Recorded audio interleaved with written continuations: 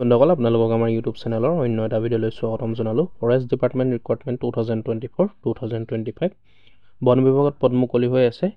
আমি ভিডিঅ'টোত সকলোখিনি কথা আলোচনা কৰিম। আপোনালোকে ভিডিঅ'টো কালি শেষলৈকে চাই থাকিব।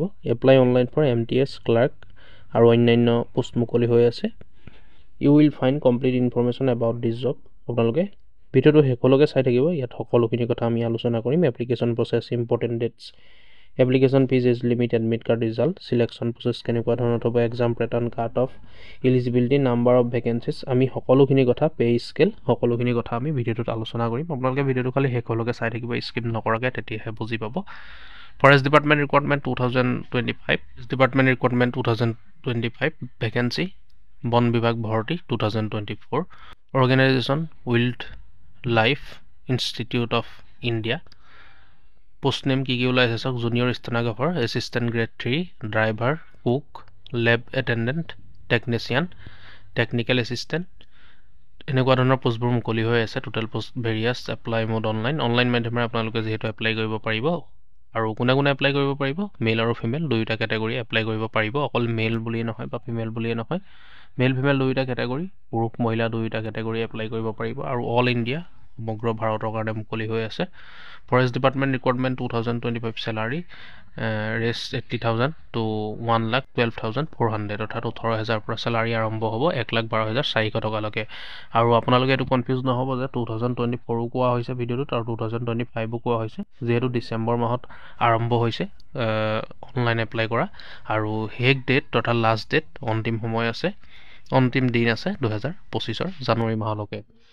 বন বিভাগ ভৰ্তি 2025 age limit, minimum age limit ইয়াত বিচৰা হৈছে 18 বছৰ আৰু মেক্সিমাম 28 বছৰ। 18 পৰা 28 বছৰৰ ভিতৰত আপোনালোকে এপ্লাই কৰিব পাৰিব। ইয়াৰ কাৰণে এজ ৰিলেক্সেশ্যনো থাকিব, is applicable as per rule. চৰকাৰী ৰুল অনুসৰি ইয়াত এজ ৰিলেক্সেশ্যন থাকিব, যেনেকৈ SC ST কেণ্ডিডেটৰ কাৰণে 5 বছৰ থাকে, OBC MOBC কেণ্ডিডেটৰ কাৰণে 3 বছৰ থাকে, PWBD কেণ্ডিডেটৰ কাৰণে 10 বছৰ এজ ৰিলেক্সেশ্যন থাকে, চৰকাৰী ৰুল অনুসৰি থাকিব। ইয়াৰ কাৰণে এপ্লিকেশ্যন ফিজ জেনেৰেল আৰু OBC 700 টকা পে' কৰিব লাগিব। SC ST PWD কেণ্ডিডেটে নালাগে, সেইসকলৰ বাবে নীল। পে'মেণ্ট মোড ডিমাণ্ড ড্ৰাফ্ট কাটিব লাগিব 700 টকা, জেনেৰেল আৰু OBC কেণ্ডিডেটে। চিলেকশ্যন প্ৰচেছটো কেনেকুৱা ধৰণৰ হ'ব চাওক। চিলেকশ্যন প্ৰচেছ হ'ব, ৰিটন এক্সাম এটা অনুষ্ঠিত হ'ব, তাৰপিছত ডকুমেণ্টছ ভেৰিফিকেশ্যন হ'ব, তাৰপিছত চিলেক্ট কৰা হ'ব। ইয়াৰ কাৰণে এডুকেশ্যনেল কোৱালিফিকেশ্যন বিচৰা হৈছে, candidate should have pass 10-12 graduate from recognise board or university or institute. ইয়াৰ কাৰণে আপোনালোকে মিনিমাম 10 পাছ কৰিলে, অৰ্থাৎ মেট্ৰিক পাছ কৰিলে এপ্লাই কৰিব পাৰিব। মেট্ৰিক পাছ আৰু হাই ছেকেণ্ডেৰী পাছ আৰু গ্ৰেজুৱেট হ'লে বা গ্ৰেজুৱেশ্যন কৰিলে আপোনালোকে এপ্লাই কৰিব পাৰিব। ৰিকগনাইজ বৰ্ড, ইউনিভাৰ্চিটি বা ইনষ্টিটিউটৰ পৰা পাছ কৰা হ'ব লাগিব। সেইকাৰণে ডকুমেণ্টছৰ কি প্ৰয়োজন হ'ব চাওক, যিহেতু এপ্লাই অনলাইন মাধ্যমেৰে হ'ব আৰু অলৰেডি হৈ আছে এপ্লাই, কাৰণ ডিচেম্বৰ সোমাওঁতেই এপ্লাই আৰম্ভ হ'ল। আপোনালোকে জানুৱাৰী মাহলৈকে এপ্লাই কৰিব পাৰিব। ইম্পৰ্টেণ্ট ডকুমেণ্টছ কি লাগিব, পাছপৰ্ট চাইজ ফটোগ্ৰাফ লাগিব, ছিগনেচাৰ লাগিব, আধাৰ কাৰ্ড লাগিব, এডুকেশ্যন চাৰ্টিফিকেট লাগিব, কাষ্ট চাৰ্টিফিকেট লাগিব আৰু এজ প্ৰুফ চাৰ্টিফিকেট প্ৰয়োজন হ'ব। এপ্লাই কেনেকৈ কৰিব আপোনালোকে চাওক। এপ্লাই কৰিবলৈ হ'লে মই এপ্লাই কৰা লিংক ভিডিঅ' ডিছক্ৰিপশ্যনত দি দিম, আপোনালোকে তাৰ পৰা এপ্লাই কৰিব পাৰিব। ইয়াৰ ষ্টাৰ্টিং ডেটটো আপোনালোকে নিশ্চয় দেখিছে, 19 নৱেম্বৰ। 19 নৱেম্বৰতে আৰম্ভ হ'ল।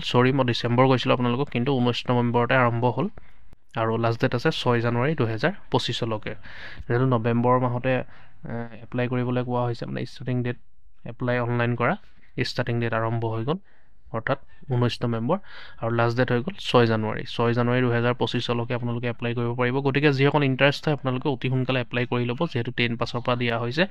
এপ্লাই কৰা লিংক ভিডিঅ' ডিছক্ৰিপশ্যনত উপলব্ধ থাকিব, আপোনালোকে ভিডিঅ'টো ভিজিট কৰি লিংকটো ভিজিট কৰিব, ডিছক্ৰিপশ্যন ভিজিট কৰি পেলাই এপ্লাই কৰিব পাৰিব। গতিকে ভিডিঅ'টো ইমানেই আছিলে বন্ধুসকল। ভিডিঅ'টো চাই যদি ভাল পালে লাইক কৰিব, কিবা সুধিবলগীয়া থাকিলে নিশ্চয় কমেণ্ট কৰি জনাব, আৰু এনেকুৱা ধৰণৰ আপডেটবোৰ পাই থাকিবলৈ আমাৰ ইউটিউব চেনেলটো ছাবস্ক্ৰাইব কৰি ল'ব। ধন্যবাদ।